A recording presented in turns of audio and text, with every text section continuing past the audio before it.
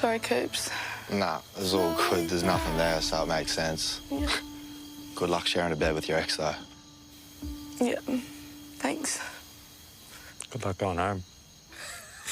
Oh my God. I think Karma has finally caught up with Cooper. It was time he went home. It really was time. He was a version of Zach. If you watched season 5, was it, with Zach? That's who he was. Sadly, he didn't have a sidekick. Instead, people found him annoying and really wound him up. And I was here for Mike winding him up because Mike, this was what he was good at. And he was the happiest person to see Cooper walk out the villa. I don't know what's going to happen to Mike after this, but I loved it. I loved how he was able to give and take from Cooper and actually humbled Cooper. And Cooper can't play victim because he opened this door and Mike stepped in. The very first day when Mike said, I'm worried that my friend is going home, and he made that sarcastic remark, so Karma has caught up with him. And then I really don't understand Jana. I really don't. I know someone in the comments was saying Jana and Kai, came up with this master plan for him to come onto the show with her. No, I don't think so. Because of the way she's been very emotional. If she was that good an actress, she would have been on Neighbours, unless Neighbours has ended. She would have been on one of Australia's TV shows because she is really sort of frazzled by this man being in the villa. So the audacity and the idea that she picked to couple up with him, I still don't get it. Anyway, I digress. Hey there, thanks for stopping by. It's your girl Valerie. Welcome to my channel. If you're new here, don't forget to subscribe, click the like button, turn on the notification bell for when I upload new videos, and definitely leave a comment. In this episode, I'll be reviewing Love Island Australia, Season 7, Episode 9. So we catch up with the islanders waking up in the morning. You know, it's the day after the two bombshells have come in. We have Tamara and Matteo in the villa. Matteo is speaking to the guys and he's saying, he's being asked, so who piqued your interest? And he's telling Jotham that it's mainly Isabel, and he also likes the kiss with Lacy. Lacy wants to be the popular girl. She wants to be saved by the guys. So she's going to go after every guy that comes in the villa because she's hoping that they save her. That's the impression that I get. I don't know about anybody else. Lacy, on her part, because it's Kai's birthday, she decides to sort of make up to this romantic gesture where she lays out a picnic. I think she knew that she was in trouble and she wasn't sure whether Matteo was going to pick her, and this is why she wanted to keep Kai sweet, because the previous night she had refused to kiss him and she had played up. So for her to then call Mike and let Mike do all the work, Mike more or less set up that date because he did the the board. What do they call it? Oh my God, I've forgotten the name. I'm not going to embarrass my name. So he did the food board. He sort of laid out everything, and she was just telling him this, no, this, yes, this, no, this, yes. I think she likes playing, the spoiled little girl and having everybody run around her.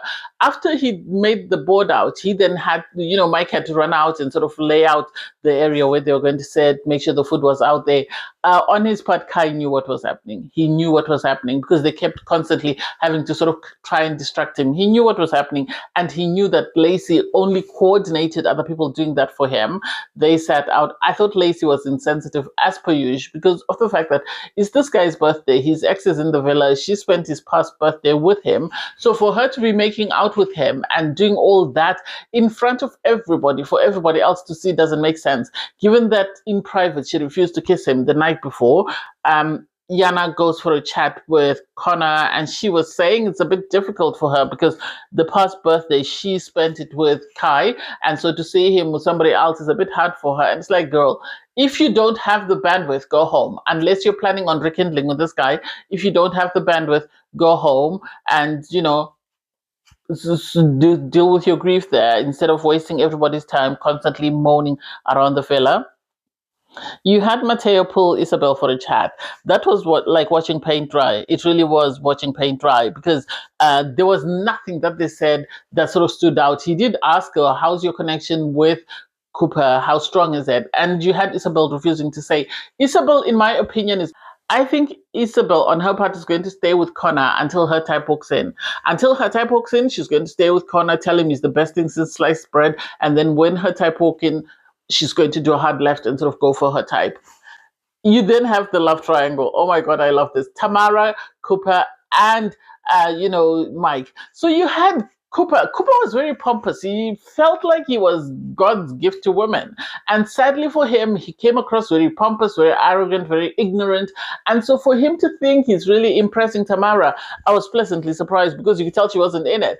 And for Cooper to continue to be wound up by Mike, because Mike was in the pool next to them and he kept throwing out these shady comments. And it's like, Mike is really loving this. He's really loving getting under Cooper's skin. And sadly, Cooper doesn't have the bandwidth to sort of just let it wash over him.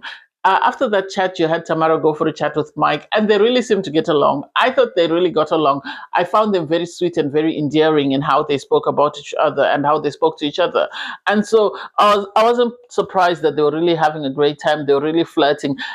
At one time, Mike had to poke at Cooper just to make sure that Cooper was aware that, Mike was winning over him. And it's like, oh my God, this is a hot mess. And I really don't know what's going to happen here.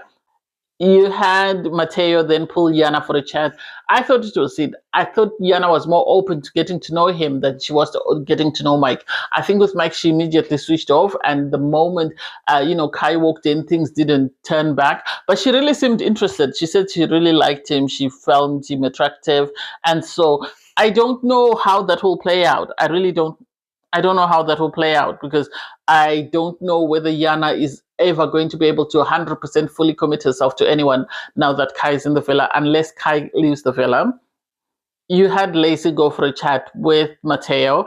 And for me, she seemed more stable in her conversations because the problem with Lacy is she talks 100 miles an hour and she barely says anything that makes sense. So I was pleasantly surprised that she was talking about, I've got my stuff together, I've got my own home, I've got this, I've got that. And Matteo seemed impressed by it. And I would say to Matteo, you need to keep it stepping because when the next bombshell walks in, Lacy is going to skip to him. That's just how she's sort of maneuvered her way around the villa. So you're nothing new, you're nothing that she's going to sort of say is any different from what she's experienced before. You then had Ross go for a chat with Tamara. I was pleasantly surprised because they spoke about themselves and they spoke about the fact that, well, it seems Ross is a middle child. Ross said he's attracted to Tamara. I think his conversations with Tamara made more sense than his conversations with his partner. That's what I'm going to say. I think he's more attracted to Tamara than he is to Sean. And Sean was telling Jonathan and Connor, I think, that at the moment they still haven't been physically intimate with Ross. And it's like she thinks she's playing Ross, but Ross is actually playing her because I think with Sean, she chose a guy that she thought none of the other girls would like. And sadly, that guy has his type and she's not it. And so this is why they're going to struggle sort of to create a connection between the two of them. So you then had the islanders sort of go and get ready for the night. Everybody was sort of talking about their chats. You had Lacy on her party sort of saying she doesn't know. She thinks she had a good chat with Matteo, but she also doesn't know what's going on with everybody else. Kai on his part seemed content with Lacy because they had their date for his birthday and he seems to be in a good space. And so it's like, this is hard on Jana. This is really hard on her because both guys that she likes, Lacy also likes. And it's like Lacy needs to make a choice. She either needs to stay with Kai or she needs to go to Matteo. You had the islanders come out. They all picked up their drinks and they were just taking pictures as they normally do. And Gabby received a message that will all islanders gather around the fire pit. Everybody gathered around the fire pit and Sophie Monk came out. And when she comes out, somebody's going home. So everyone was now very anxious. So you had the couples and then you had the three singles. So the two new bombshells, Tamara and Matteo. And then you had Cooper, who had been given 24 hours to explore a connection with somebody else, but didn't seem to really do anything. Anyway, you had the two bombshells stand up at the fire pit. They were asked to pick. First up was Tamara. Tamara chose to couple up with Mike. Am I surprised? No.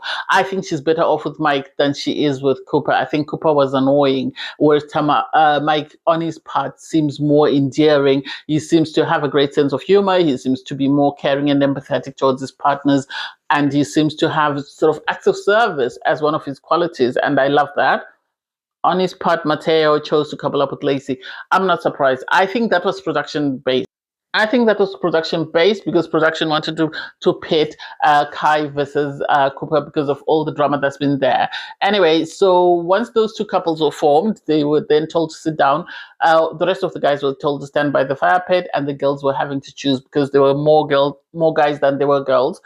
First up, we had, was Shan. Shan chose Ross. Am I surprised? No. Shan thinks she's got it made with Ross, but sadly, Ross is going to surprise her. I am going to say that Ross is going to surprise her. Either she is going to realize that he's really not into her and she's wasting her time and she's going to go for a bombshell, or he's going to go for somebody else. Isabel, on her part, chose Connor. Anyone surprised? No. Gabby chose Jotham. They've been a couple since day one. Well, since she came in, so I'm not surprised. They really seem to be going very well. And then you had Jana be left with the burden of choosing between the two guys. Everyone was pleasantly surprised. I think everyone thought at that point Kai was going home because of how frazzled she's been. But surprise, surprise, she chose to save Kai, which meant Cooper was going home.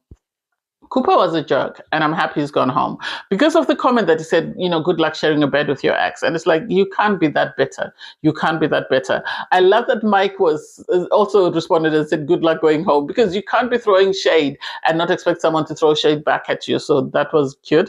So Sophie Monk then revealed that Cooper was going home.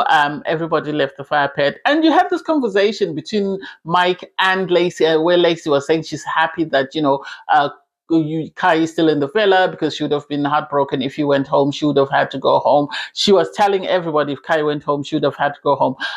You then had Jana have this conversation with Gabby and Jotham, because Gabby was asking her that what made you pick to save Kai instead of Cooper? And she said she chose someone she would have been comfortable sharing a bed with. I get it. I think Cooper was giving sort of creepy vibes, but also at the same time, emotionally, I don't know whether this is good enough for her. Everybody else was shocked in the villa. For Kai to continue to say, I'm surprised that I'm still here, I'm surprised. I'm happy that, Mike called him out and said, you shouldn't be surprised. You should feel sorry for Jana because she's in this situation. She's had to save you. Well, she's also been breaking down because you're around. So that's the person you should be empathetic with. And I love that. You then had Shana and Jana have a conversation about who she saved and why she saved that person. I still don't get it. I really still don't get it. I think for TV Gold, production should have saved, Cooper, because Cooper being wound up by Mike would have been entertainment gold for someone like me who loves that sort of drama. Inside the bed changing room, you have the girls having a conversation with Lacy being told that, it's a bit concerning that your ex is sharing a bed with his ex. She was speaking to Isabel and Gabby, and they were sort of saying it's a bit uncomfortable that they're going to be sharing a bed because, in bed, that's where people have most of their chats. So it's a bit uncomfortable that they're going to be a couple now and sharing a bed. Lacy is not a victim. She made this bed. She should have stayed back from Matteo, but she wanted the option. So it is what it is. And the guys helped, on his part, Cooper make sort of pack his bags. And then Mike carried his bag to make sure that he's actually left the villa. And for Cooper to be walking out and saying, all these girls were nothing, Tamara hair picking, Mike shows me who she is. Anyway, in the real world, I'd have dated her once and left her. And it's like, buddy, you're overconfident. Most of these girls would not have given you a second look had it not been in the villa. So be grateful for that. Don't make it seem like you're the prize. You're never the prize, and we're all happy you've gone. On to the next. Anyway, thanks guys for watching. Please don't forget to like, share, comment, and subscribe. Click on the link in my video to watch my review from episode 8. Bye everyone.